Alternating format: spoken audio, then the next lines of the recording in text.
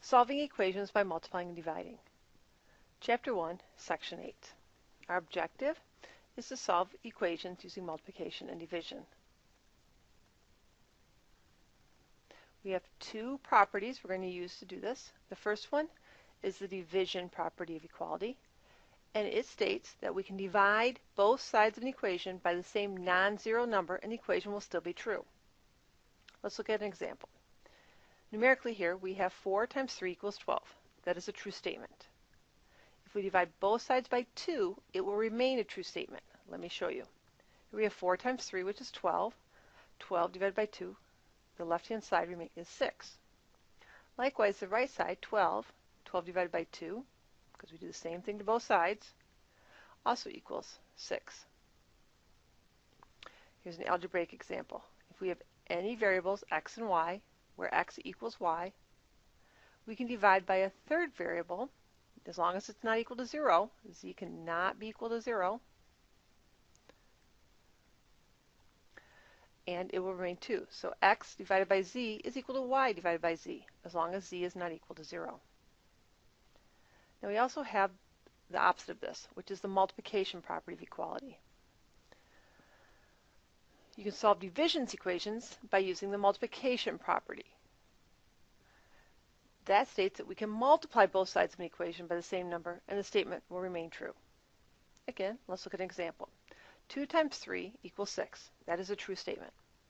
If we multiply both sides by 4, we see that 4 times 2 is 8, times 3 is 24, and yes, that does equal the right-hand side, where 6 times 4 is 24. Now, again, looking at this algebraically, that means if we have any variable x and any variable y, where x is equal to y, multiply in a third variable z, where z times x will be equal to z times y. Now, I know that's a bit confusing, so let's look at a couple examples. Look at example 1 in your notebook. In this case, here is our x. And just like in previous sections, we want to isolate the x. So to isolate the x, we need to get rid of the 6. 6 is being multiplied by x, and x is being multiplied by 6. So to undo it, we're going to do the opposite, which is divide. We divide this by 6 and this by 6. 6 divided by 6 is going to be 1, so we have 1x equals 48 divided by 6 is 8. Remember, we divided both sides by 6. 1x is the same as x, so our x is equal to 8. 1x is equal to x because 1 times anything is itself. It's called the identity property. Let's look at example 2. In this case, we have a division property. This is a division sign right here. So to do the opposite, we're going to multiply. And again, we're going to do that to isolate the b. So to isolate the b, we're going to multiply by -4. So multiply this side by -4 and multiply this side by -4. These will cancel.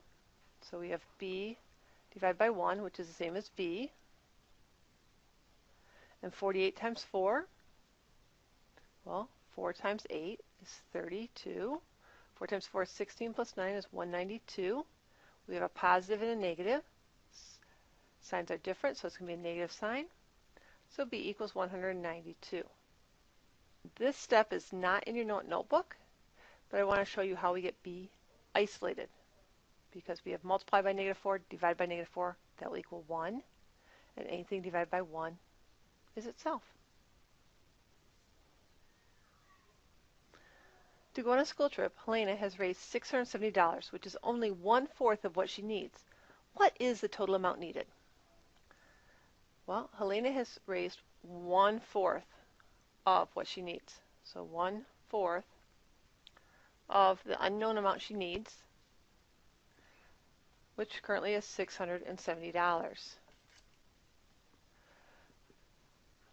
So again, we need to isolate the variable. So we have 1/4 times x, and this might be a little clearer if I do this. So I write the equation. Now, what am I going to multiply by to get rid of the 1/4? Well, the opposite of 1/4 is 4, so we're going to multiply both sides by 4. What I do to one side, I must do to the other. 4 times 1/4 is going to equal 1x. 1x equals 4 times 670. 4 times 0 is 0. 4 times 7 is 8. Carry the 2 because it's 28. 4 times 6 is 24. 25, 26. So $2,680. Elena needs to raise $2,680. Sometimes it is necessary to solve equations by using two inverse operations. For instance, the equation 6x minus 2 equals 10 has multiplication and subtraction. Here's our multiplication. We have 6x, and we have a subtraction, minus 2. Our goal is still to isolate the variable. And to do that, we're going to first add to get rid of the subtraction, and then we'll divide to solve for the x. Now, if you remember PEMDAS,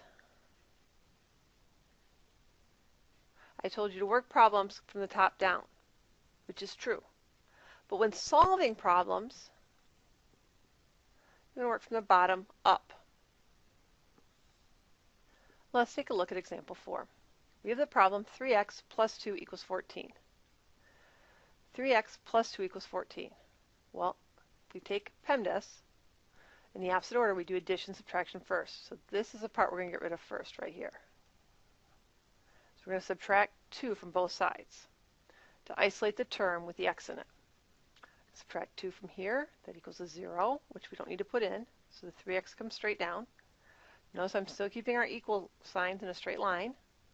We have 14 minus 2, which is 12. Okay? What I did to one side, I have to do to the other.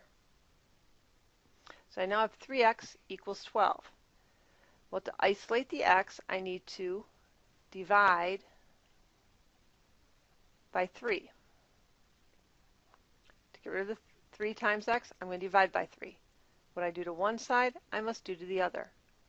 These cancel, leaving me 1x equals 12 divided by 3 is 4.